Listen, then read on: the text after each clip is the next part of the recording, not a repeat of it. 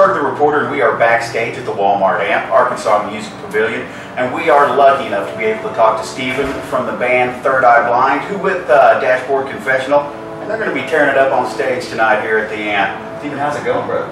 You know, really good, and whenever I try to do those ramp-ups, I always mess it up, so I applaud your skill. Thank you, I appreciate that. How's it feel to be back in Arkansas? It's great. Last time we were here, I went to the Bill Clinton Museum, and I thought the architecture was great. We had good food. I met some nice people after the show. It was a good hang, yeah. All right. Have you ever played up here before, or was it down in Little Rock? I think we have. We played Fayetteville, so we're just above Fayetteville right now, right? Right. Yeah. Yeah. We're close enough. We're in Rogers. It's a stone's throw. Yeah. A few minutes away. Yeah. So we played Fayetteville. So now I guess you get asked a question you didn't think you were going to get asked a whole bunch growing up. So talk about Dopamine. Oh yeah. The new album that's coming out. It drops June 16th. That it does. I think Dopamine is a change in sound for us in that it's really much more stripped down. It's much more pulsing in the beats. I think it's still looking about kind of trying to find identity in whatever times you're in. So that's still the lyrical standpoint for it, but it's a much more just pulsing, driving kind of album. The new single is called "Everything Is Easy," and it's out. You can find it on iTunes or on YouTube right now. I was listening to it all day, and man, it's catchy. Thank you. It is, and I mean, it seems very summery. You know, people keep saying that. People keep saying it's got this like summer kind of sound to it, and we get that. We get that kind of assessment for our band a lot, but I always think it's kind of like the melancholy part of summer. Like it's that, you know, it's like summer heartbreak or something. I don't know. If you listen to the words and listen to the music, it's this really jaded, upbeat, happy, sad kind of thing. Yeah. I'll take that. Cool. I'll gladly take that. Yeah. Cool. Now, when you guys did Ursa Major back in 2009, you went into the studio and did some tracks in 2010 or something like that. Right. And did any of those make it onto the? Not a one. Not a one. Not a single one. It's an entirely different album. It's a totally new direction. I think we've written probably 45 songs. 11 of them will be on the CD, and then we're going to do a double vinyl with some more tracks on it in November. But although I don't think I'm supposed to say that. It's too late. And then I'm really going to just try to find a way to just start releasing songs on the internet in some new format. Very cool. Yeah. Like one at a time and monthly or something like that. That's pretty cool. Yeah, there's going to be some way that's going to like present itself that'll make sense. How did the cover Beyonce come? Because I mean, I know everybody's seen that and the Jimmy Fallon thing. Yeah. But how did that come about?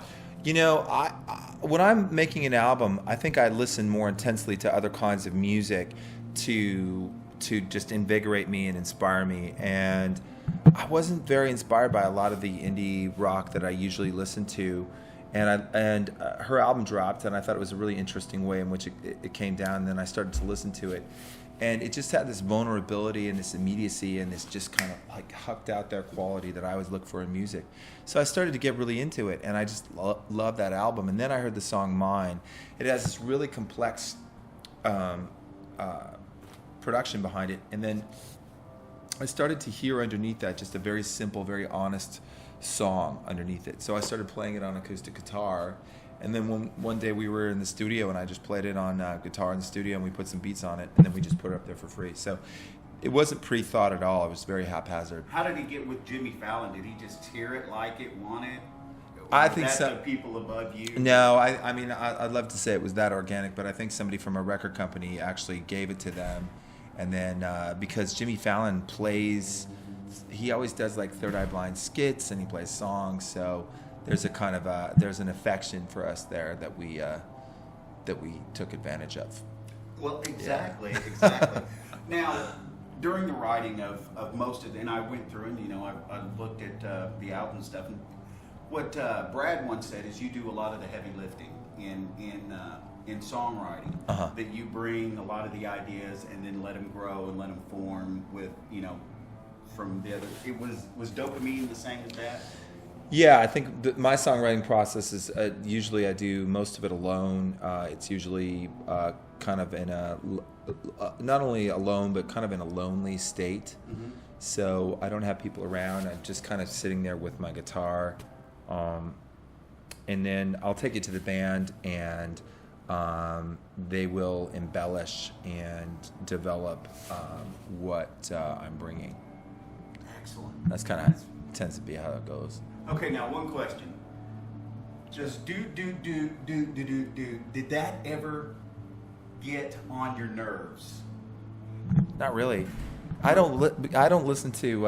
That was one, and I'll cut that out if you don't. But No, I don't. I don't listen to it on the this. radio, and like it's just like, that song from Semi-Charmed Life was really just an answer to Lou Reed's Walk on the Wild Side. So usually when I hear that, I hear do do do do do do do do do do. Oh, God, now I can listen to it and do a completely different Yeah, way. that's really what that song is. It's basically it's like my Walk on the Wild Side.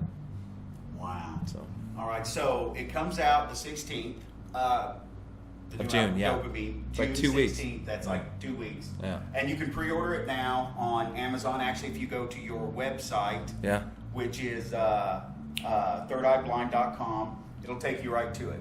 I don't know. I never keep any of that stuff straight. But thanks for telling me. No problem. I just want them to go out and buy it. So I can get the interview again, because they'll go, man, I talked to Ferg and things went crazy.